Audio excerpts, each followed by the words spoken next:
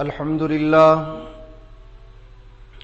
لله الذي هدانا إلى سبيل الهداية والعرفان وجعلنا من أهل الإسلام والإيقان ونشهد أن لا إله إلا الله وحده لا شريك له شهادة بالقلب واللسان ونشهد أن سيدنا وسندنا وحبيبنا وإمامنا ومرشدنا ومخدومنا وشفيعنا وكريمنا وأفضلنا وأكملنا وأجملنا وحبيبنا وحبيب ربنا وطبيبنا وطبيب قلوبنا ومولانا محمدا عبده ورسوله الذي عرفنا ما يدخلنا الجنان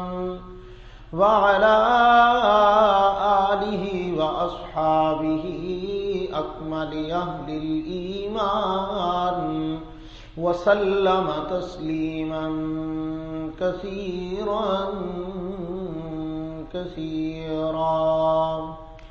أما بعد فأعوذ بالله من الشيطان الرجيم بسم الله الرحمن الرحيم أحل الله البيع وحرم الربا قال الله تبارك وتعالى في مقام آخر رجال لا تلهيهم تجارة ولا بيع عن ذكر الله وإقام الصلاة وإيتاء الزكاة يخافون يوما تتقلب فيه القلوب والأبصار قال النبي صلى الله عليه وسلم التاجر الصدوق الأمين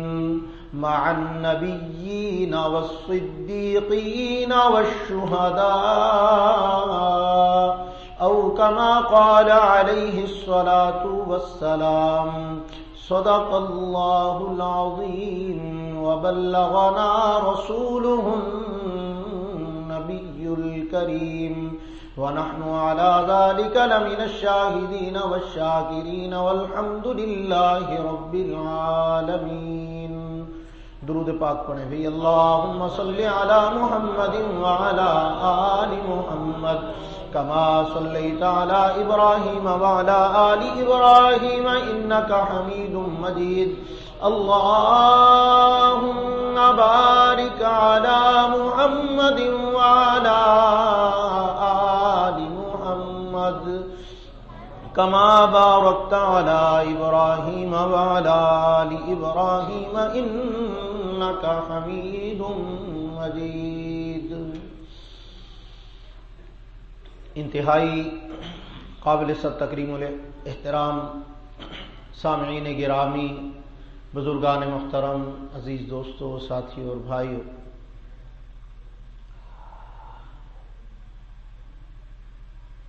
موجودہ اس وقت کی جو صورتحال ہے، پوری دنیا میں بسنے والے لوگ اپنے اپنے انداز سے معاشی کرائسس میں مبتلا ہیں.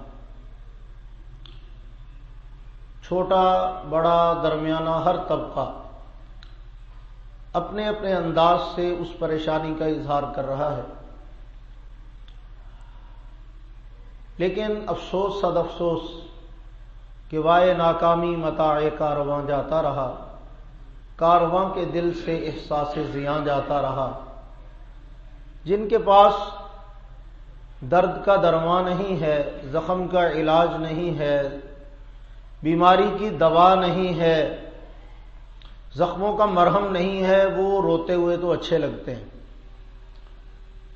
ان کا رونا تو چلو بنتا ہے، وہ پریشان ہیں، وہ تکلیف میں ہیں، وہ واویلا کر رہے ہیں، وہ شکوے کر رہے ہیں، وہ شکایتیں کر رہے ہیں، وہ شور شرابہ کر رہے ہیں، وہ طرح طرح کی ناشکری کے کلمات کہہ رہے ہیں، ان کا کہنا تو بنتا ہے کہ وہ ایک سیٹ اپ کا حصہ نہیں ہے، وہ وحی کی تعلیمات اور اللہ کی رہنمائی سے محروم ہیں، تو ان کا رونا تو بنتا ہے۔ لیکن وہ طبقہ جو اپنے آپ کو اسلام کا نام لیوا کہتا ہے، جناب رسول اللہ صلی اللہ علیہ وسلم کی تعلیمات سے جڑا ہوا ہے، قرآن پہ ایمان رکھنے کا دعوے دار ہے، ایسا طبقہ ان حالات میں شکوہ شکایتیں کرے، روئے چلائے اور عجیب و غریب صورتحال کرے، اور انتہا درجے کی افسوس کی بات یہ ہے کہ وہ اس علاج کی طرف متوجہ ہی نہ ہو جو علاج اسے سمجھایا گیا ہے، بتایا گیا ہے، سکھایا گیا ہے، تو اس طبقے کا رونا بنتا نہیں ہے، اس کا سمجھنا بنتا ہے۔ ان کو چاہیے کہ اپنے آپ کو سمجھائیں۔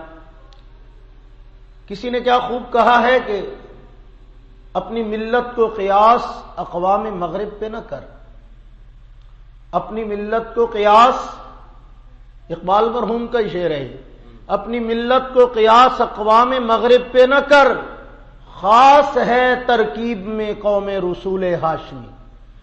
تم رسول اللہ صلی اللہ علیہ وسلم کے نام لیوا ہو کر اس طرز عمل پہ چلتے ہوئے سجتے اور جچتے نہیں ہو جس پہ وہ لوگ چل رہے ہیں جن کا نہ کوئی مذہب ہے، نہ دین ہے، نہ کوئی سر ہے، نہ پیر ہے، وہ بیچارے تو ہیں ہی لاوارث۔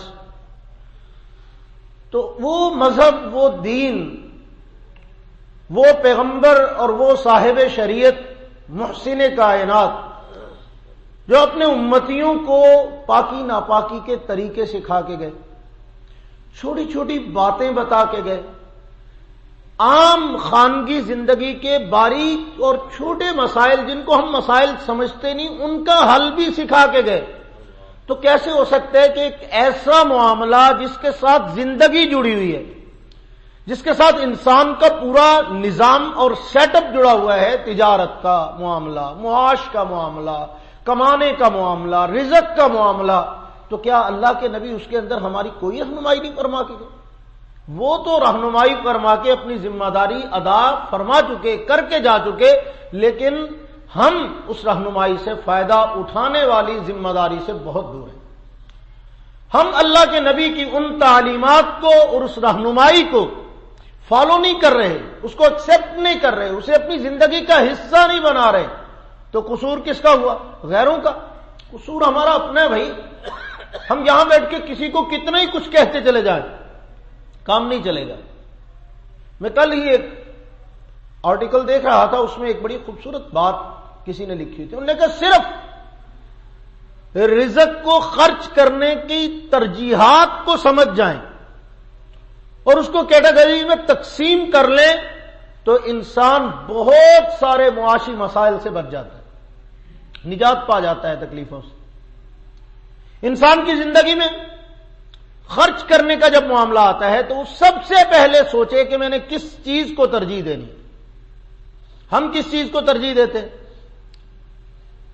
اپنی عیاشیوں، اپنی دنیاوی آسائشوں کو، اپنی راحت کے سامان کو، ہر چمکتی ہوئی چیز کو ترجیح دیتے ہیں۔ سونی بڑی لگ رہی ہے، لے لیے، اے بڑی سونی ہے، لے لیے۔ جبکہ شریعت نے جو ہمیں مزاج دیا ہے اس تقسیم میں سب سے پہلے رکھا ہے حاجات کو۔ کس کو؟ حاجت کہتے ہیں انسان کی وہ ضرورت جس کے بغیر وہ زندہ ہی نہیں رہ سکتا۔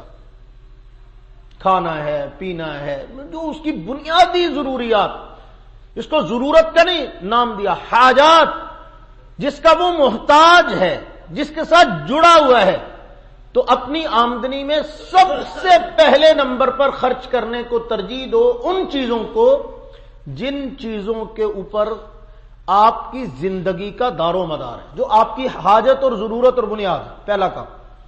دوسرے نمبر پر ضروریات کو درجہ دو کہ جو ضرورت کی چیزیں ہیں، یعنی ان کے بالکل بغیر گزارا ہو تو سکتا ہے لیکن کچھ نہ کچھ مشقت پڑے گی اس کی وجہ سے. اس لیے ذرا سی مشقت کم کرنے کے لیے ضرورت کی چیزوں کو اختیار کر لو اگر آپ کی آمدن اجازت دیتی. یہ دوسرا درجہ ہے. تیسرے نمبر پر سہولیات آتی ہیں. کیا آتی ہیں بھائی؟ کہ ایک چیز ہے اس کے بغیر بھی کام چل سکتا ہے لیکن اس کے آنے سے کافی سہولت ہو جائے گی, تو اس کا تیسرا درجہ اگر آپ کی آمدن اجازت دیتی ہے تو آپ سہولیات کی طرف متوجہ ہو سکتے ہیں. اور اس سے اگلا درجہ ہے تعیشات کا, عیاشی کا, جس کا نہ آپ کی دنیا سے تعلق ہے, نہ آخرت سے تعلق ہے, نہ ضرورت سے تعلق ہے, نہ سہولت سے تعلق ہے, صرف عیاشی سے تعلق. اور اس سے اگلا درجہ ہے دکھاوے کا, کہ جس کا کسی بھی چیز سے تعلق نہیں ہے, صرف دکھاوے سے تعلق ہے کہ لوگ کہیں واہ جی. میں اپنے ایک بزرگ کے گھر گیا, ملنے والے تھے, ہمارے بڑے محترم تھے, پرانی بات ہے. تو میں نے دیکھا سندھ کے علاقے میں ایک چھوٹے شہر میں ان کا گھر تھا. تو ان کے گھر کو میں نے باہر سے دیکھا تو ایسے لگتا تھا جیسے کوئی بہت مفلوق الحال بندے کا, غریب آدمی کا گھر ہوتا ہے. سادی سی دیواریں ہیں, عام سا سادہ سا بالکل جیسے ہوتا ہے, چھوٹی چھوٹی دیواریں. اور تو جب میں ان کے گھر کے اندر گیا تو انہوں نے اندر جو رہنے کی جگہ تھی نا, یعنی بیڈ روم ہے, اس کو مناسب درجے میں ڈیکوریٹ کیا ہوا تھا.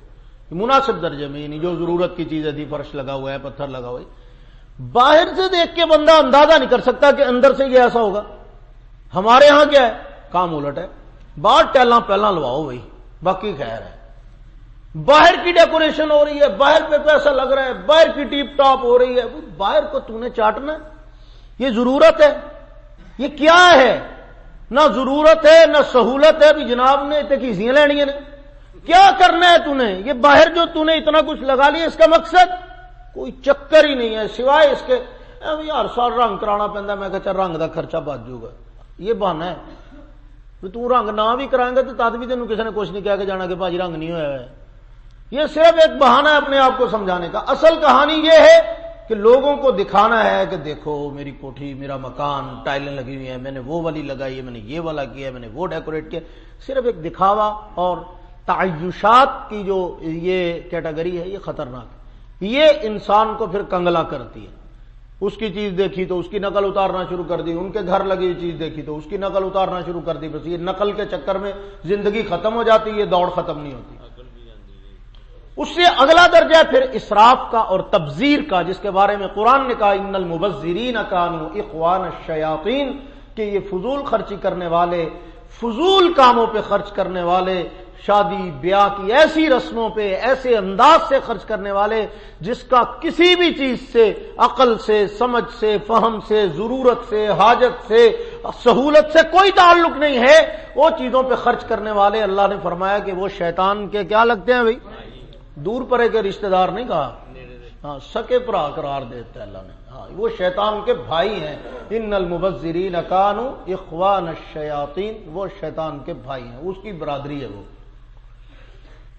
تو میرے دوستو, یہاں پر جو چیز عرض کرنا چاہتا ہوں بنیادی طور پہ وہ یہ کہ دیکھو اللہ نے ہمیں دین سکھایا ہے, جینے کا سلیقہ سکھایا ہے, زندہ رہنے کا ڈھنگ سکھایا ہے. سر سے لے کے پاؤں تک کے ہمارے جو معاملات و مسائل ہیں اس میں ہماری تربیت فرمائی ہے. تو جو رب ہمارا اتنا خیال رکھتا ہے تو اس رب نے ہمیں معاش کا, رزق کمانے کا سلیقہ بھی اپنے نبی کے ذریعے سے سکھایا ہے. تو سیکھ لو پھر کوشش کر کے, ہے موڈ, تھوڑی سی کوشش کر کے اس کو سیکھ لو. کیونکہ یہاں تو بھائی منت ترلے والی بات ہے کہ پاجی سیکھ لو. سیدنا فاروق اعظم رضی اللہ تعالیٰ کے دور میں منت ترلا پروگرام نہیں تھا, وہاں ڈنڈا پروگرام تھا. وہاں میں بازار میں کوئی مائی کا لال دکان ہی نہیں کھول سکتا تھا جب تک کہ شریعت کے اصول تجارت اس کو معلوم نہ ہوتے. اس کا پہلے امتحان لیا جاتا, لائسنس جاری کرنے سے پہلے, اس کو دکان کھولنے کی اجازت دینے سے پہلے اس سے پوچھا جاتا ہے کہ ادھر آ بھائی, حلال و حرام کی تمیز ہے, شریعت کے اصولوں کا پتہ ہے, تجارت کے بارے میں اللہ کے نبی کی تعلیمات معلوم ہیں, اگر کسی کو ادھار دیا تو کیا کرنا ہے, لیا ہے تو کیا کرنا ہے, معاملات ہیں تو کیا کرنا ہے, چیز اگر پڑی ہے بازار میں نایاب ہو گئی ہے تو کیا کرنا ہے, قحط پڑ گیا تو کیا کرنا ہے, کس ریٹ پہ بیچنی ہے, کس ریٹ پہ خریدنی ہے. یہ سارے اصول اور ضابطے اس سے پوچھے جاتے, اس کا امتحان لیا جاتا. جب وہ پاس ہو جاتا تو پھر اس کو کہا جاتا کہ اب تجھے دکان بنانے کی کیا ہے, اجازت. یہاں کوئی چکر ہی نہیں, یہاں آپ کو اور بڑے طریقوں سے تنگ کریں گے. کبھی فوڈ اتھارٹی والے آ جائیں گے, کبھی کوئی آ جائے گا, کبھی ریٹ لسٹ چیک کرنے والے آ جائیں گے, کبھی کوئی اور حساب کتاب والا آ جائے گا. وہ چلتا رہتا ہے. لیکن یہاں کوئی آپ سے یہ نہیں پوچھے گا کہ جناب کو حلال و حرام کا کچھ پتا ہے کہ نہیں پتا. تو اس لیے یہاں پہ اب ڈنڈے سے تو آپ کو کہا نہیں جا سکتا کہ دکان تب کھولنے دیں گے جب آپ کو پتا ہوگا. یہاں تو پھر منت ترلے والا کام ہے کہ جناب کلمہ پڑھا ہے آپ نے, مسلمان ہیں آپ, رسول اللہ صلی اللہ علیہ وسلم کے امتی کہلانے میں بڑا فخر اور ناز اور اعزاز محسوس کرتے ہیں. پٹی آپ بھی کبھی کبھی ماتھے پہ باندھ لیتے ہیں لبیک کی, تو اتنا کچھ عاشق رسول ہیں آپ ماشاءاللہ.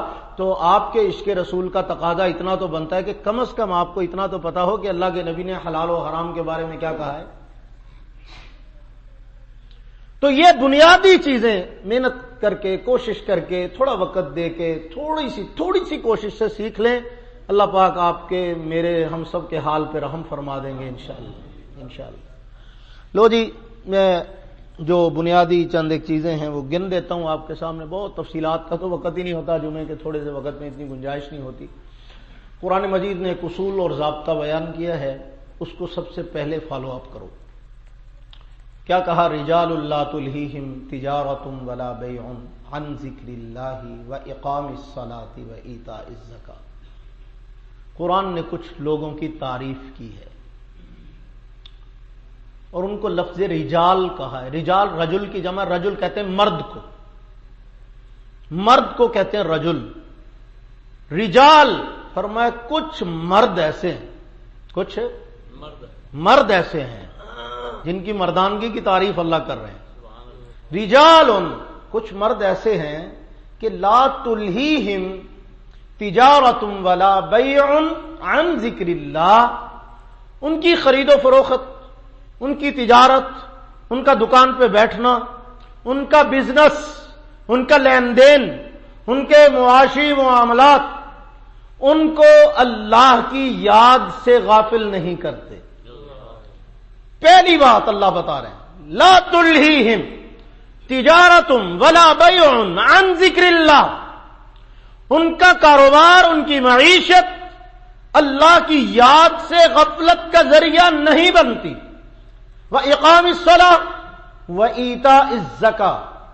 وہ اپنے بزنس میں پڑھ کے نماز کا وقت نہیں بھولتے, وہ اپنے کاموں کاجوں میں مصروف ہو کر زکات دینا نہیں بھولتے. اور اگلی بات جو کہی وہ بڑی قابل غور ہے, یخافون یوما تتقلب فیہ القلوب والابصار.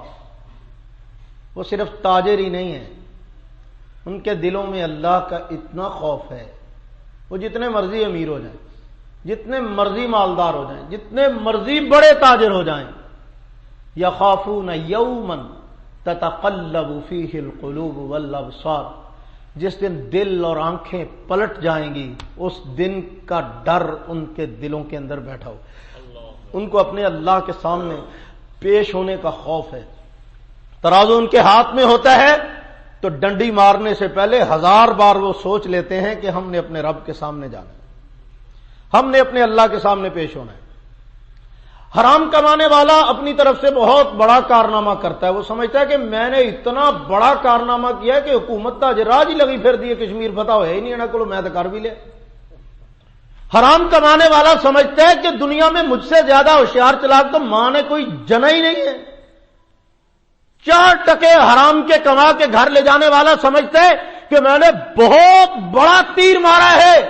اللہ کے حبیب پیغمبر رحمت کائنات صادق و مصدوق پیغمبر ارشاد فرماتے ہیں کہ جس نے حرام کمایا وہ کما کر اگر اس میں سے صدقہ کرے گا تو قبول نہیں کیا جائے گا. اگر اپنی مال اور اولاد کو اپنے گھر والوں پہ خرچ کرے گا, اپنی اولاد پہ خرچ کرے گا تو گھر میں خیر و برکت نہیں ہوگی. اور اگر پیچھے چھوڑ کے چلا جائے گا میراث اور ترکے کی صورت میں تو وہ اس کے لیے جہنم کا ایندھن بن جائے گا, اس کے گلے کا توق بن جائے گا. تو کتنا منافع ہوا جی آپ کو حرام کمانے میں. تو جو حرام آپ نے کمایا وہ کاغذوں کی گنتی میں تو آپ نے شمار کر لیا, حقیقت میں وہ آپ کے گلے کا توق بن گیا ہے جس کو نہ آپ نگل سکتے ہیں نہ اگل سکتے. مصیبت گلے پڑ گئی ہے. تو اس لیے سب سے پہلی چیز جو ابتدا میں ہمیں شریعت نے سکھائی ہے وہ حلال و حرام کی تمیز ہے کہ دکان پہ بعد میں بیٹھنا، پہلے سوچ لو کہ میں گھر سے حلال کمانے کے لیے جا رہا ہوں، حرام کے لیے نہیں جا رہا۔ تو اس کے لیے کرنے کا کام کیا ہے؟ سب سے پہلے اللہ سے توفیق مانگی کہ یا اللہ میں جا رہا ہوں اپنے بچوں کی روزی روٹی کمانے کے لیے، مجھے لقمہ حرام سے بچا کر رکھنا، حلال عطا فرمانا۔ میں نے پچھلے جمعے میں بھی ایک دعا سکھائی تھی نا، اللہم اکفنی بحلالک عن حرامک واغننی بفضلک عمن سواک۔ اللہ اپنے کے علاوہ ہر ایک سے بے پرواہ کر دیجئے اور جو حلال دیجئے اسی کو کافی کر دیجئے، اس سے میری ساری ضرورتیں پوری ہو جائیں، اور حرام سے مجھے بچا کے رکھیے، حرام کا محتاج ہی نہ کیجئے، حرام کے لقمے کی ضرورت ہی نہ پڑے۔ جب حلال میں ضرورتیں پوری ہو رہی ہیں تو پھر حرام کی ضرورت ہی کیا ہے؟ پھر ہم نے حرام کو کرنا ہی کیا ہے؟ حرام کے چسکے میں پڑنے کی ضرورت ہی نہیں ہے۔ تو اس لیے اللہ سے حلال مانگو، حلال کی طلب کرو، اور جداں دی روح اونج دے فرشتے، جنج دیاں نیتاں تے اونج دیاں مراداں۔ جب گھر سے حلال کمانے جاؤ گے تو اللہ حلال ہی دیں گے۔ جب حلال کا ارادہ، نیت اور عزم کرو گے تو اللہ بہت آسانیاں پیدا کریں گے۔ پھر آپ کے لیے حلال کے صرف دروازے نہیں، حلال کے مین گیٹ اللہ کھول دیں گے۔ حلال کے بڑے بڑے دروازے آپ کے لیے کھول دیے جائیں گے۔ لیکن اگر جناب کا پروگرام ہی یہ ہو، وہ نہیں جی اس تو بغیر گزارا ہی نہیں جی، وہ اس تو بغیر چلتا ہی نہیں جی، اس تو بغیر، تو پھر اللہ بھی فرماتے ہیں کہ ٹھیک ہے پھر جا یہ گوں ہی کھانا دکھا۔ اگر تیری قسمت اور مقدر میں حرام کھانے لکھ دیا گیا ہے، تیری سوچ، تیری فطرت ہی ہے کہ اس تو بغیر تو گزارا ہی نہیں، تو اللہ فرماتے ہیں ٹھیک ہے یہ کھے کھانی ہے تو پھر میں تو روک کے تینوں کی کرنا ہے؟ تو نہ تجھے سمجھانے سے سمجھ آئی، نہ اللہ کی بات کے نبی کی بات سمجھ آئی، نہ تجھے قرآن سمجھ آیا، نہ تجھے شریعت سمجھ آئی، نہ تجھے مولوی کا شور شرابہ سمجھ آیا، تجھے ککھ نہیں سمجھ آیا تو جا دفعہ ہو، جتنے جانا مرنا مر۔ پھر کوئی تجھے پکڑ کے کھینچ کر نہیں لائے گا کہ نانا بھائی تیری بڑی مہربانی، نہیں، شریعت منت ترلے کا مذہب نہیں ہے کہ تجھے جناب گھسیٹ گھسوٹ کے لے، یہ تمہاری خیر خواہی کے لیے تمہیں پیار سے مختلف طریقے سلیقے سے سمجھانے کی حد تک بات ہے، گھوٹ کے تھوڑا پلا دینا۔ تو اب سب سے پہلے حلال کی طلب پیدا کرو، حلال کی تڑپ پیدا کرو، حلال کمانے کی اپنے اندر فطرت پیدا کرو۔ اوہ اللہ کے بندو، دماغ سے سوچو تھوڑا سا، حرام کمانے والوں کا نام باقی نہیں رہتا، حرام کمانے والوں کی نسلیں اور اولادیں اجڑ جاتی ہیں، حرام کمانے والوں کی کمائیوں کو اپنی آنکھوں سے آگ لگتی ہوئی دیکھی ہے، اجڑتے ہوئے دیکھا ہے، برباد ہوتی ہوئی دیکھی ہے، تباہ ہوتی ہوئی دیکھی ہے۔ آپ نے نہیں دیکھی، میں اکیلا ہی دیکھتا ہوں۔ آپ نہیں پڑھتے خبریں، آپ نہیں دیکھتے اخبارات، آپ کو نہیں پتا کیا ہو رہا ہے۔ اور حلال والوں کی آپ تصور بھی نہیں کر سکتے۔ سیدنا عثمان ابن عفان، ایک مثال دینے لگا ہوں، سیدنا عثمان ابن عفان رضی اللہ تعالیٰ عنہ، ارب پتی تاجر کا نام ہے، اربوں پتی تاجر، دنیا جب تک زندہ رہے ڈھیروں مال اللہ کے نبی کے دین پہ لٹایا، خوب خرچ کیا، خوب خرچ کیا۔ جب دنیا سے گئے تو میں نے ایک جملہ کہا تھا نا، پچھلے جمعے میں شاید کہا تھا کہ جب گئے تو یہ نہیں تھا کہ یہ مدینے دا سب تو بڑا فقیر فوت ہو گیا، ایک غریب بندہ سی مسکین آدمی دنیا تو لگا گیا، ایسا نہیں ہوا تھا۔ سارا کچھ لٹا کے بھی جس دن اس کا جنازہ اٹھا تھا نا تو وہ مدینے کا سیٹھ ہی تھا۔ غنی کا جنازہ ہے، ذوالنورین کا جنازہ ہے، سیدنا عثمان غنی، نام کے ساتھ غنی جڑ گیا، وہ والا سیٹھ جس کو حضور نے سیٹھ کہا، وہ دنیا سے چلا گیا، حلال کمایا، اللہ کے نبی کے اصولوں کے مطابق کمایا۔ نتیجہ میں آپ کو بتانے لگا ہوں، نتیجہ کیا نکلا؟ ان کے ترکے میں جو باغ تھا اس میں درخت لگے ہوئے تھے، وہ پھل دے رہے ہیں، ان کے جو آل اولاد تھی وہ کما رہے ہیں، آگے خرچ کر رہے ہیں، یہ کر رہے ہیں وہ۔ آل سعود کی حکومت آئی تو انہوں نے سرکاری سطح پر سیدنا عثمان ابن عفان رضی اللہ عنہ کے باغات کا جائزہ لیا تو 1550 1550 درخت تھے کھجور کے جو حضرت عثمان کے باغ میں ابھی باقی تھے، یہ تھوڑا عرصہ پہلے کی بات۔ انہوں نے ایک چار دیواری کروائی، اسی کھجوروں کے باغات کی آمدن سے اس کے آس پاس چار دیواری کا اس کو محفوظ کر دیا، اور اس کا نام رکھا مزرعۃ عثمان، یہ عثمان کا باغ ہے، یہ عثمان کی کھیتی ہے۔ اچھا، اب اس کی آمدن سے مدینہ طیبہ میں ایک ہوٹل بنایا گیا، اس ہوٹل کا نام ہے فندق عثمان۔ اب اس ہوٹل کو بھی حضرت عثمان بن عفان کی ملکیت میں دے دیا گیا۔ اب بینک میں ایک اکاؤنٹ کھلوایا گیا، اس اکاؤنٹ کے ٹائٹل پہ لکھا گیا کہ یہ صحابی رسول سیدنا عثمان ابن عفان رضی اللہ تعالی عنہما کا اکاؤنٹ ہے. اب اس اکاؤنٹ کے اندر وہ باغ کی آمدن بھی آ رہی ہے, ہوٹل کی آمدن بھی آ رہی ہے, حتیٰ کہ اس ہوٹل پہ جو میٹر لگے ہوئے ہیں وہ حضرت عثمان کے نام کے ہیں, اس ہوٹل کا جو رجسٹر ہے وہ حضرت عثمان کے نام کا ہے, بینک کے اکاؤنٹ میں جتنی رقم آتی ہے وہ حضرت عثمان کے نام پہ آتی ہے, اور باقاعدہ طور پہ منظم طریقے سے غرباء اور فقراء اور مستحقین میں تقسیم کی جاتی ہے تو حضرت عثمان کی طرف سے تقسیم ہو رہی ہے. اس بندے کو دنیا سے گئے ہوئے 1450 سال گزر گئے ہیں اور آج اس کا نام بھی باقی ہے, اس کی پراپرٹی بھی باقی ہے, اس کا کاروبار بھی باقی ہے, اس کی آمدن سے غریب پل بھی رہے ہیں, مسکینوں کو فائدہ بھی پہنچ رہا ہے, اس کا اکاؤنٹ بھی باقی, اس کی آمدن کا نظام اور سیٹ اپ بھی باقی. بنیاد کیا تھی؟ کیا اس نے زندگی بھر اپنے پیغمبر کے بتائے ہوئے اصولوں سے انحراف نہیں کیا ہے؟ زندگی کا اپنا نظام, اپنی تجارت, اپنا کاروبار محمد عربی صلی اللہ علیہ وسلم کے بتائے ہوئے طریقے پہ کیا ہے. میرے رب نے نام بھی زندہ رکھا ہے, کام بھی زندہ رکھا ہے. تو یہ زندہ مثال ہے. یہ میں آپ کو کوئی افسانہ نہیں سنا رہا, کوئی کہانی گھڑ کے نہیں سنا رہا, یہ زندہ جاوید حقیقت بتا رہا ہوں آپ. تو جب آپ ان اصولوں پہ چلیں گے پھر اللہ کی طرف سے مدد شامل حال ہوگی, اللہ کی رحمت آئے گی, اللہ کی طرف سے برکت ہے. تو پہلے نمبر پہ کیا کرنا ہے بھائی؟ حلال و حرام کی تمیز پیدا کرنی ہے, حلال کی طلب پیدا کرنی ہے, حرام سے بچنے کا اپنے اندر اللہ کی طرف سے خوف پیدا کرنا ہے, شوق پیدا کرنا ہے کہ میں نے حرام سے بچنا ہے, اپنی اولاد کو حرام نہیں کھلانا, کسی صورت میں نہیں کھلانا, لقمہ حرام ایک لمحے کے لیے بھی اپنی اولاد تک نہیں پہنچانا. پھر آپ کو کسی مولوی سے تویز نہیں لینا پڑے گا کہ کہنا نہیں مانتا, آپ کی اولادیں نافرمان نہیں ہوں گی. میرے والد گرامی فرمایا کرتے تھے, میں نے اپنی پوری زندگی میں ایسا بندہ نہیں دیکھا جو اپنی اولاد کو حرام کھلاتا اور پھر اس کو اولاد کا دکھ نہ دیکھنا پڑے, اور میں نے وہ بندہ نہیں دیکھا جو اپنی اولاد کو حلال کھلاتا اور وہ اولاد کی طرف سے دکھی ہو, ایسا بھی کبھی نہیں ہے. تو اپنی آمدن پہ غور کیا کرو, اپنی اولادوں کو حرام کھلا کے اپنے لیے جہنم نہ بناؤ, اس دنیا کو اذیت میں ڈالتے ہو. جن کے لیے تم حلال و حرام کی تمیز کھو دیتے ہو وہ تمہاری شکل دیکھنا گوارا نہیں کرتے بعد میں. تو پہلے نمبر پہ یہ کام ہے کرنے. دوسرا, اللہ کو پارٹنر بناؤ. کیا کرو؟ اللہ کو پارٹنر بناؤ اپنے کام میں, اپنی آمدن میں. پارٹنر کیسے بنتا ہے؟ بزنس مین ہے تو اپنی آمدن اور اپنے منافع میں سے ایک حصہ طے کرے کہ یہ میں نے اللہ کے راستے میں دینا ہے. آپ کو میں ایک بات بتاتا ہوں, سادی سی بات ہے. میں ماسٹر صاحب نال کر لواں بھائی والی کہ آپ رل کے مکان بنانے تو مڑ کے پھر ویچنے, ٹھیک ہے. تو دونوں میں سے کوئی ایک بندہ بھی ہوگا جو رات کو دعا کر رہا ہو کہ یا اللہ یہ تو ٹاٹ ہی جائے تو چنگی گل ہے, جل جلائے تو ڈگ جوے, یہ بیڑا گرک ہو جائے. ہوگا کوئی؟ نہیں ہوگا نا. کیوں؟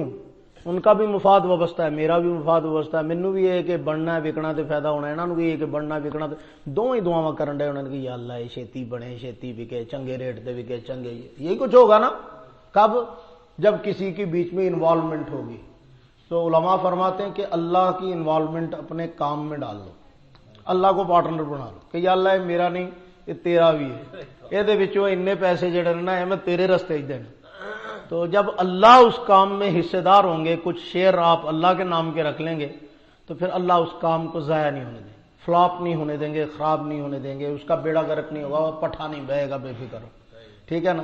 تو جس کام میں بھی, تو غریب سے غریب بندہ بھی اگر اپنے کام میں اللہ کو شریک کر لیتا ہے تو اللہ اس کے کام کو دن دگنی رات چوگنی ترقیاں اور برکتیں عطا فرماتے. یہ ایک ایسا کمال کا فارمولہ ہے, جس نے بھی اپلائی کیا ہے, جس نے بھی اس پہ عمل کیا ہے, وہ کبھی بھی محروم نہیں رہا اور رہ ہی نہیں سکتا. یہ تو ہو ہی نہیں سکتا. اب اس کے بعد جب آپ نے اللہ کو شریک کر لیا اپنے کام میں, تو اب کچھ کام کے اصول بتائے اللہ کے نبی, ان اصولوں کو فالو کرنا ہے, ان کو اختیار کرنا ہے. میں اختصار کے ساتھ بالکل بتاؤں گا چند منٹوں میں. کام کرنے کے دوران میں کئی مرتبہ ایسا ہوتا ہے رشوت لینی پڑتی ہے, رشوت دینی بھی پڑتی ہے.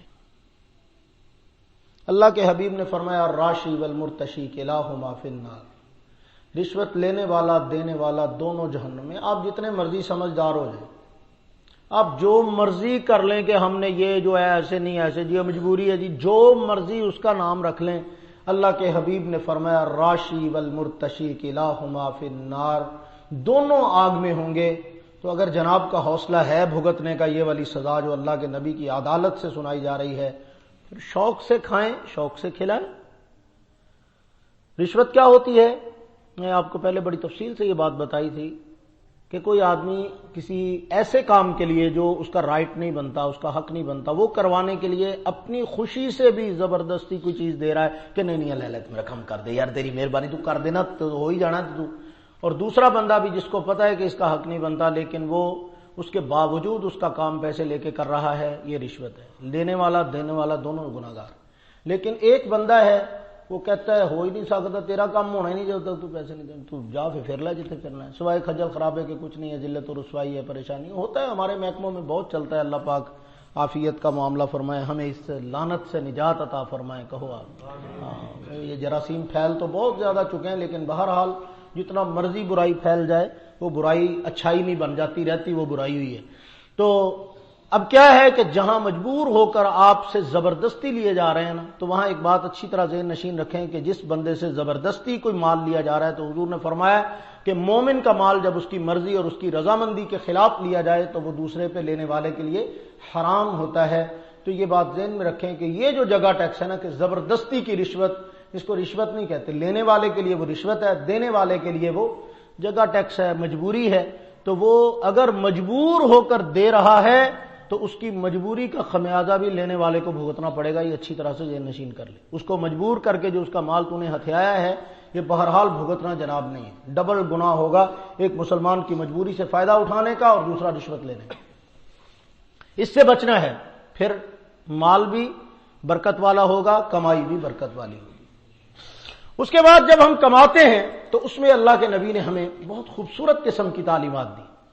ادھار لیتے ہیں، ادھار دیتے ہیں، کرتے ہیں نا، ویسے تو بچنا ہی چاہیے جتنا ہو سکے، ادھار کوئی اچھی چیز نہیں ہے، لیکن اگر کوئی لین دین کر لیا تو اس کے اصول بتائیں کہ لینے والے نے جب لیا ہے تو نہ دہندگی کی نیت سے نہ لے کے میں تو دینا ہی نہیں، ایک باری دبے تو صحیح، موڑ کے پھر لبدا پھرے گا مینوں۔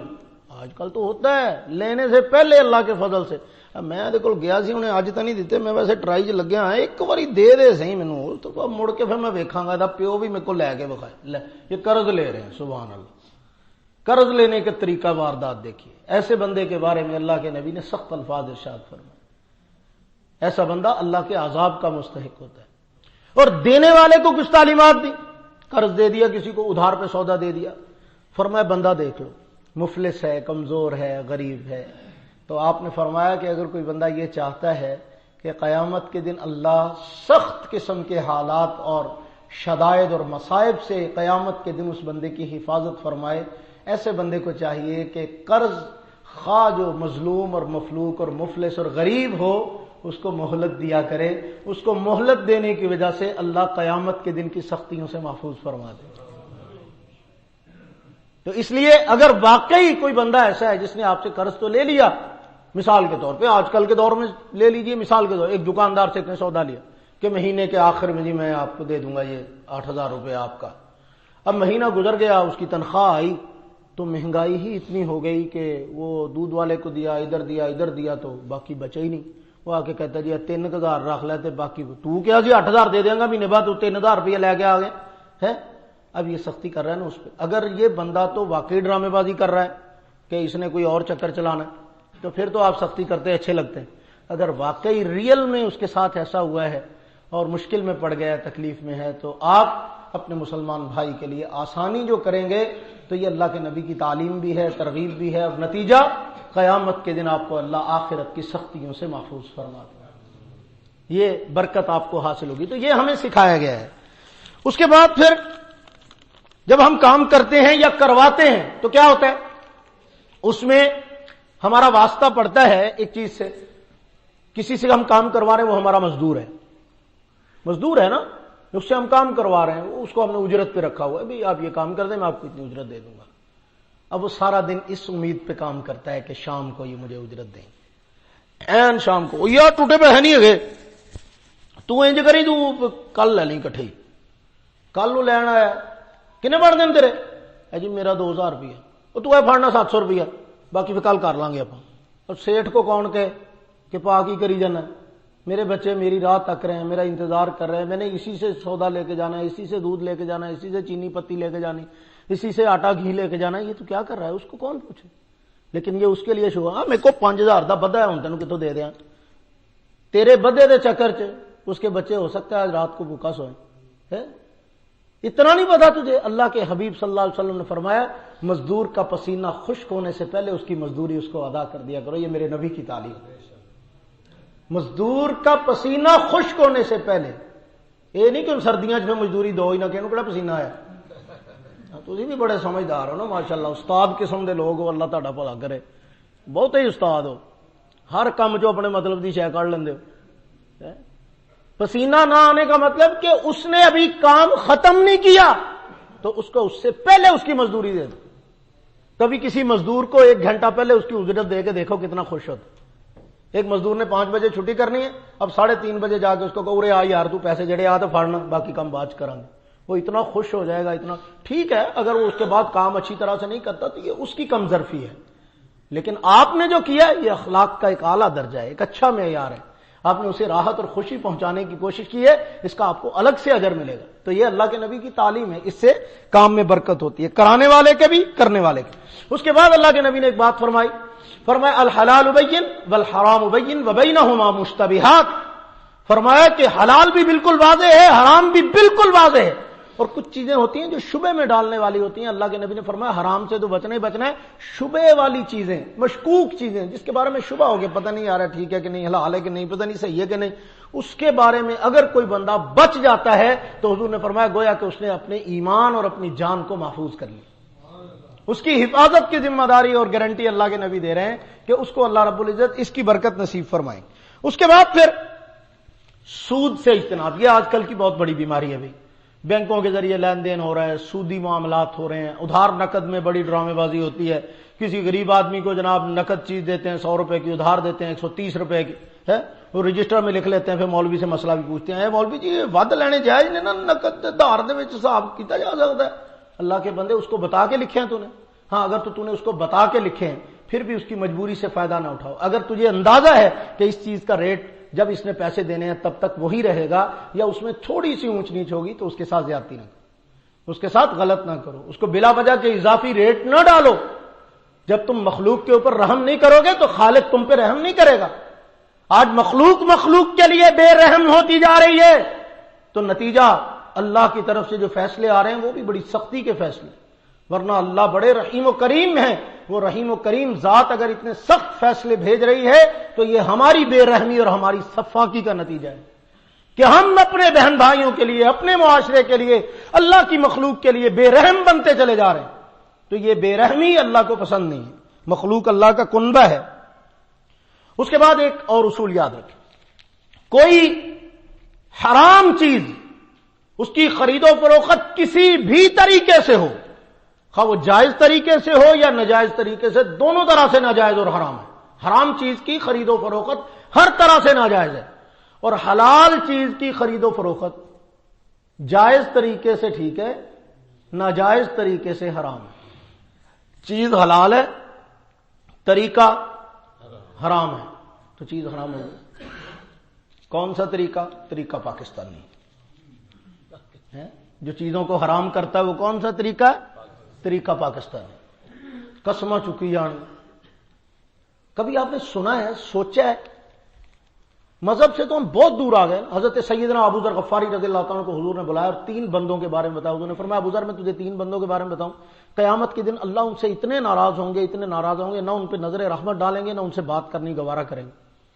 تو پوچھا گیا یا رسول اللہ وہ 3 بندے کون ہیں؟ تو ان 3 بندوں میں سے حضور نے ایک بندہ جو بتایا وہ یہ فرمایا, جو قسمیں اٹھا کے مال بیچتا ہے نا, وہ والا تاجر اللہ کو اتنا برا لگتا ہے قیامت کے دن اللہ اس سے بات ہی نہیں کرے, اللہ اس کی طرف توجہ ہی نہیں فرمائے, اللہ اس کی طرف رحمت کی نظر ہی نہیں کریں گے. تو جو اللہ کی رحمت سے محروم ہو جائے گا تو وہ پھر جنت میں ہی جائے گا نا. کیا خیال ہے؟ تو اس کا بیڑا غرق ہونے میں کیا شک باقی رہ جاتا ہے اللہ کے بندو. تو خالی قسمیں کھا لینا اور لوگوں کو یقین دلانے کے لیے بڑے کارنامے کر لینا، یہ کوئی کارنامہ نہیں ہے، یہ اپنی آخرت، اپنی دنیا اور اپنا مال برباد کرنے والی بات ہے۔ اچھا بھلا حلال مال ہے، محنت بھی کر رہے ہو، تو اللہ کے نبی کی تعلیمات سے ہٹ کے جھوٹی قسمیں کھا کے اس کو کیوں حرام کرتے ہو؟ کیوں اپنے بچوں کی روزی خراب کرتے ہو؟ تو ضرورت ہی کیا ہے؟ لیجئے آپ کو ایک بڑا اہم معاملہ بتانے لگا ہوں۔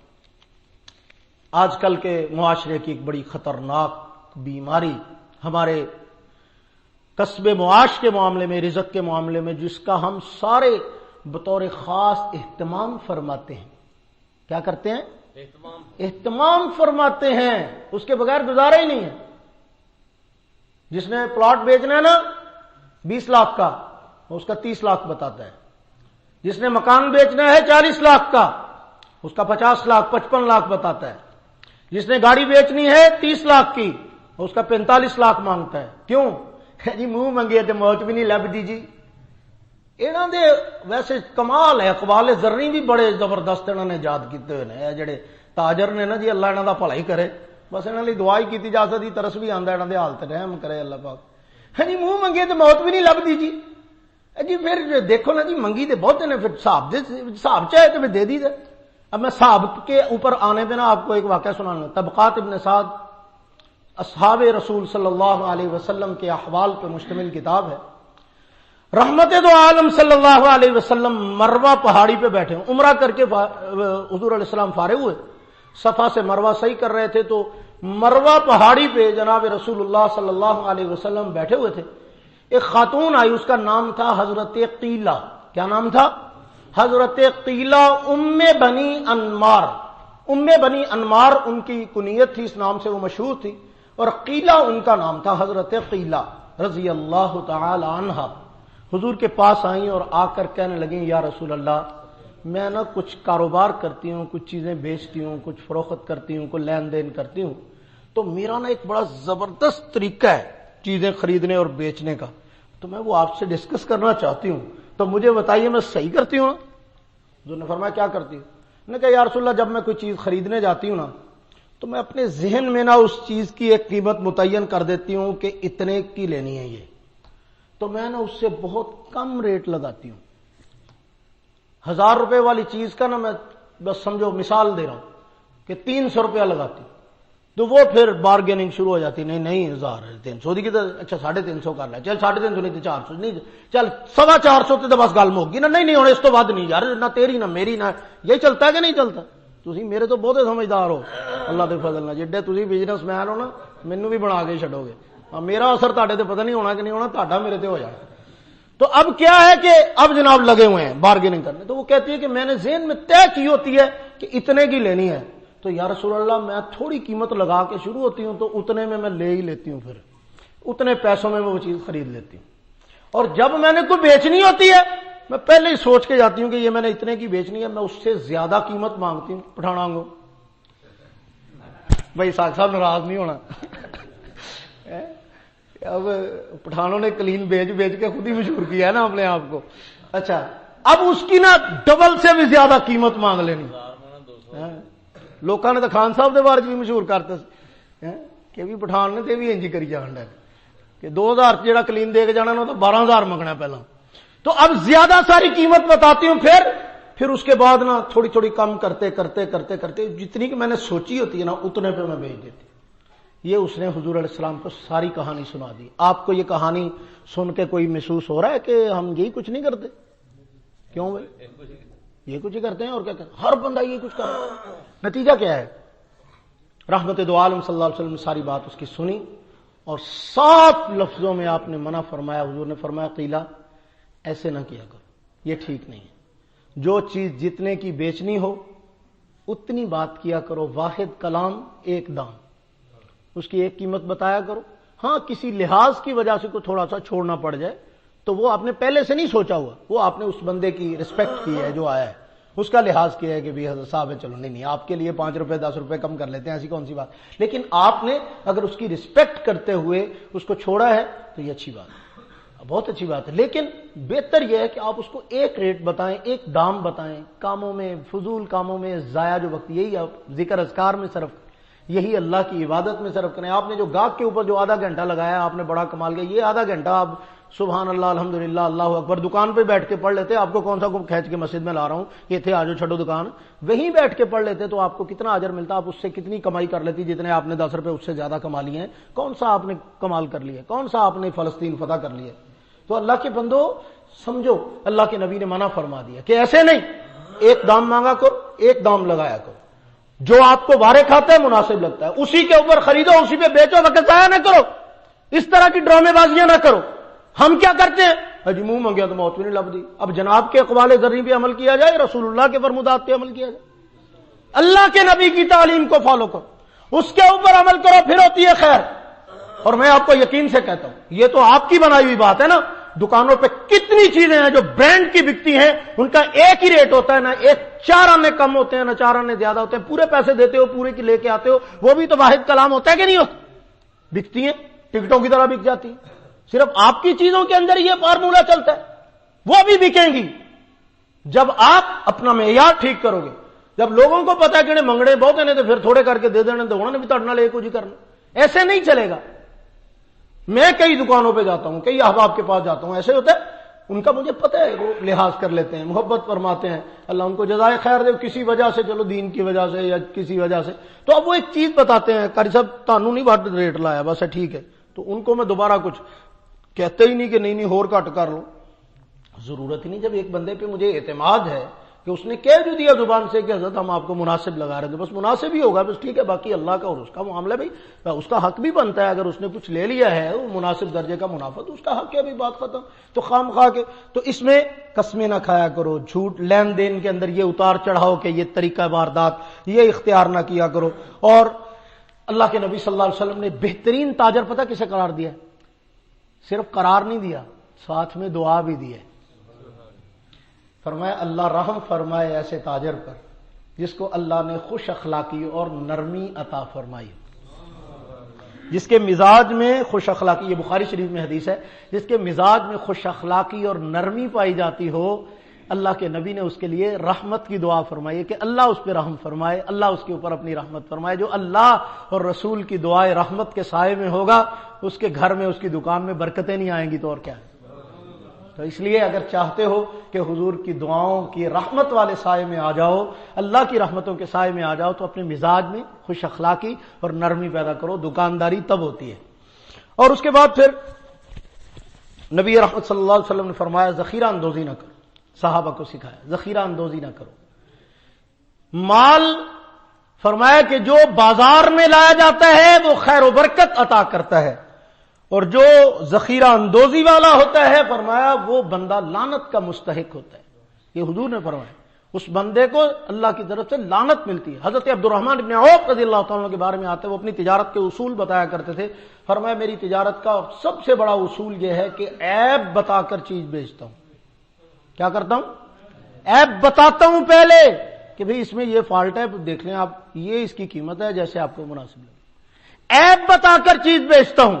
کبھی آج تک ایسا نہیں ہوا کہ عیب بتائے بغیر کوئی چیز میں نے سیل کر دی ہو, کبھی ایسا نہیں ہوتا. اور فرمایا کہ کبھی کل کی چیز آج کی چیز کل پہ نہیں رکھتا, آج کا مال آج ہی بیچ کے چلا جاتا ہوں. اور اللہ پاک نے ان کو ڈھیر برکتیں عطا فرمائی. تو وہ اپنی تجارت اور اپنی کامیابی اور اپنی برکتوں کا راز یہ بتاتے تھے کہ جھوٹ نہیں بولتا, دھوکہ نہیں دیتا, فراڈ نہیں کرتا, عیب نہیں چھپاتا. اور اللہ کے نبی نے سختی سے منع فرمایا ہے کہ کسی بھی مسلمان بھائی کو کوئی چیز دیتے وقت اس کا عیب ظاہر کر دے. کہ ساڈے پراپرٹی ڈیلر, اللہ اکبر, ایک باری تسی انہاں دے ہتھے تے چڑھو ہاں, یہ لکڑی دے دروازے تانوں سونے دے نہ ثابت کر کے دین. یہ ایسے انداز سے آپ کو جناب ہر چیز کے فوائد بتائیں گے, خوبیاں اور کمالات بتائیں گے کہ تھوڑی دیر وہ ایک بندے کے بارے میں مشہور ہے نا, پراپرٹی ڈیلر تھا, تو اس کا لطیفہ بنا ہوا ہے کہ اس نے کیا کیا کہ ایک مکان اس کے ذمہ لگایا کسی نے کہ یار میرا بکوا دے. انہوں نے کہا بکوا دینے گڑی گل. اب اس نے ایک نظر مکان کو دیکھا, دیواریں ٹوٹی پھوٹی, یہ وہ برے حالات. انہوں نے کہا چلو ذرا ٹی پلسٹر کرا دوں, باقی کار سامبھلاں گے, فکر نہ کر. تو لے تینوں یہو جہ گاہک لیا کے دینا, تو فکر ہی نہ کرنا. اچھا اب یہ ہوا کہ اب نہ وہ جناب ہر بندے کو کہانی سنا رہا ہے, تو مالک کول کھلوتا ہے, مالک پاس کھڑا ہے اور ہر بندے کو کہانی, اللہ دے بندے تینوں پتہ ہی نہیں, اے جڑی گلی چ نا ایک گلی پورے محلے دی سب تو وی آئی پی گلی، او تینوں نہیں پتا ہوئے اللہ دے بندے اے مکان جڑا نا وہ اے تے ہی بڑا برکتاں والا تے جڑا بھی رہیا انہوں اللہ نے 7 پتر دیتے نے۔ اچھا جی، اس تو بعد پھر اگلی کہانی سناتی، وہ نہیں یہ جڑیاں کندا نے نا وہ تو فلانے زمانے دیا ہوئی ہیں، یہ تو جناب بلڈوزر بھی نہیں ٹوٹن لگی ہیں۔ اچھا جی، اب جناب وہ فضائل سنا رہا ہے، مالک پاس کھڑا ہے، دوجا گاہک آیا اس کو پھر وہی فضائل سنا ہے، تیجا آیا اس کو بھی سنا، چوتھا آیا اس کو بھی سنا، پنجواں پھنس گیا۔ اس نے کہا لے بھائی ٹھیک ہو گیا، زبردست مکان، دسو کنے دا دینا؟ وہ مالک کول کھلوتا جی کہندا جی میں نہیں دینا۔ کہندا کیوں؟ کہندا مینوں تیری خوبیاں دا پتہ ہی نہیں سی، پہلا تے نے دسیاں، مجھے تو پتہ نہیں سی اتنا کمال دا مکان میں بیچن لگا یار، ہے یہ تو انہیں مینوں دسیاں نے کہ بھی خوبی میں پاگل ہوں جڑا میں بیچ دیا ہوں۔ یہ تو حالات ہیں اللہ کے بندو، اتنا جھوٹ کہ سچ لگنے لگ جائے۔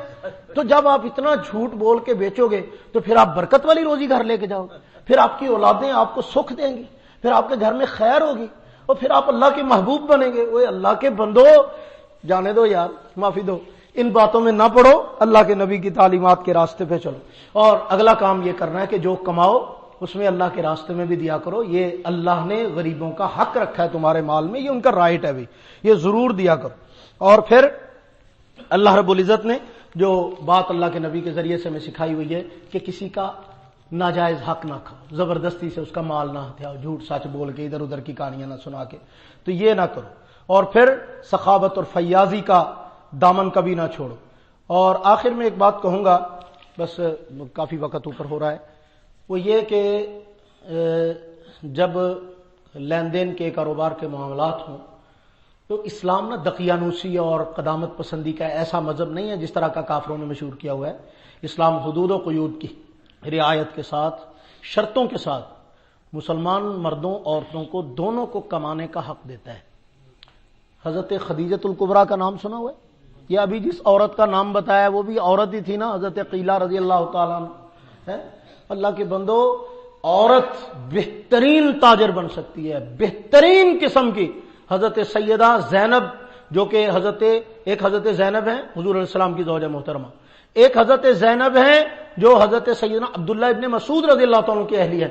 حضرت عبداللہ ابن مسعود رضی اللہ تعالیٰ کی اہلیہ حضرت زینب اپنے ہاتھوں سے کچھ چیزیں بناتی تھی دستکاری سے، تو ان کو بنا کے بیچتی تھی اور ان سے اتنی آمدن کما لیتی تھی کہ گھر کا نظام بھی چلتا تھا اور خاوند کا بہت سارا بوجھ بھی ہلکا کر دیتی تھی، تو اس کے بدلے میں جتنا وقت ان کا بچ جاتا تھا وہ اللہ کے نبی کی محفل میں جا کے بیٹھ جاتا، ان کے لیے آسانی پیدا کرتی۔ حضرت خدیجہ نے کتنا مال حضور کے قدموں پہ نچھاور کیا، اور میں اتنے بڑے مجمع سے اور پوری دنیا میں جہاں تک میری آواز ریکارڈنگ کے ذریعے سے پہنچے گی، میں پوری دنیا کے سارے مولویوں کو، علاموں کو، پروفیسروں کو، ڈاکٹروں کو، پڑھے لکھوں کو چیلنج کر کے کہتا ہوں کہ رسول اللہ کے نکاح کی دستاویزات میں مجھے وہ جملہ دکھا دو جہاں لکھا ہو کہ رسول اللہ نے حضرت خدیجہ سے نکاح کرتے ہوئے ساتھ یہ معاہدہ کیا ہو کہ خدیجہ گل سن بھئی، اج تک جڑی تجارت کرنی سی کر لی، میرے گھر آن تو بعد ہن اج تو بعد تو تجارت نہیں کرنی۔ پھر ایک جملہ مجھے لا کے دکھا دو جو اللہ کے نبی نے نکاح کے ایگریمنٹ میں لکھوایا ہو۔ نہیں، بلکہ سیرت کی کتابوں میں موجود ہے کہ حضرت خدیجہ نکاح سے پہلے بھی تجارت کرتی تھی، نکاح کے بعد بھی انہوں نے اپنی تجارت کو جاری رکھا۔ تو شریعت کے حدود و قیود میں رہتے ہوئے اگر عورت کوئی کمانے کا انتظام کرتی ہے، کوئی دستکاری کا، کوئی سلائی کا، کوئی ماحول جس میں بے پردگی نہ ہو، مردوں سے اختلاط نہ ہو، بے حیائی نہ ہو، اپنی عزت داؤ پہ نہ لگانی پڑے، تو وہاں اگر کوئی عورت ایسا کرتی ہے تو اس کو اجازت بھی دی جائے گی، اس کی حوصلہ افزائی بھی کی جائے گی، اسے اپریشیٹ بھی کیا جائے گا۔ اور یہ جو گھسا پٹا سا جملہ ہے جی بوڑھیاں دی کمائی چ برکت نہیں ہوندی، یہ بکواس کے علاوہ اور کچھ نہیں ہے، اس کی کوئی حیثیت نہیں ہے۔ جتنی مرد کی کمائی میں برکت ہوتی ہے اتنی عورت کی کمائی میں بھی برکت ہوتی ہے۔ باقی یہ ہے کہ اللہ نے بہرحال عورت کو کمانے کی ذمہ داری سے آزاد رکھا ہے، مرد کی ڈیوٹی لگائی ہے کہ وہ ضرور کمائے، عورت اگر کمانا چاہے تو اس کی مرضی ہے، نہ کمانا چاہے تو اس کے زبردستی نہیں کی جا سکتی۔ اور عورت کتنا کمائے، کیا کمائے، کیسے کمائے، ایک جملہ اور کہہ دیتا ہوں، اب بہت کچھ ہے کہنے کو لیکن اب وقت ہی نہیں ہے۔ تو آپ سوچ سکتے ہیں عورت تو اپنا دودھ تک بیچ سکتی ہے۔ بڑیاں نعتاں پڑھ دے ہو، دائی حلیمہ تیرے صدقے جاواں، واری جاواں، آواں جاواں، ساری محفل نعت پوری کھا جاتے ہو دائی حلیمہ کو پڑھ پڑھ کے۔ تو آپ کو پتہ ہے دائی حلیمہ کا کیا مطلب ہے؟ اس دور میں دائیاں رضاعت کے اوپر دودھ پلاتی تھیں اور اس کی اجرت وصول کرتی تھی، اس کے پیسے لیتی تھیں۔ تو رسول اللہ صلی اللہ علیہ وسلم کے دور میں عورت تو دودھ پلانے کی اجرت لیتی تھی، اس سے بھی منع نہیں کیا گیا، اس کے اوپر بھی کوئی پابندی نہیں لگائی گئی۔ چہ جائے کہ جناب ہم عورتوں کے اوپر خام خواہ کے حاشیے اور کانٹے لگا کے ان کے لیے راستے بند کریں اور پھر کافروں کے سامنے تماشا بنے اور پھر باتوں پہ جواب دیتے پھریں جن کا جواب ہمارے پاس ہو ہی نہ، تو اس پنگے میں پڑتے کیوں؟ جتنی شریعت نے اجازت دی ہے اتنی دی جائے، جہاں پہ شریعت نے حد لگائی ہے ان حدود کی پابندی کی جائے۔ اللہ تعالیٰ سے دعا ہے اللہ ہمیں صحابہ کرام کے طرز عمل پہ چلتے ہوئے اللہ کے اور نبی کے بتائے ہوئے سلیقے اور طریقے اور ہدایات کے مطابق رزق کمانے کی، رزق خرچ کرنے کی توفیق نصیب فرمائے۔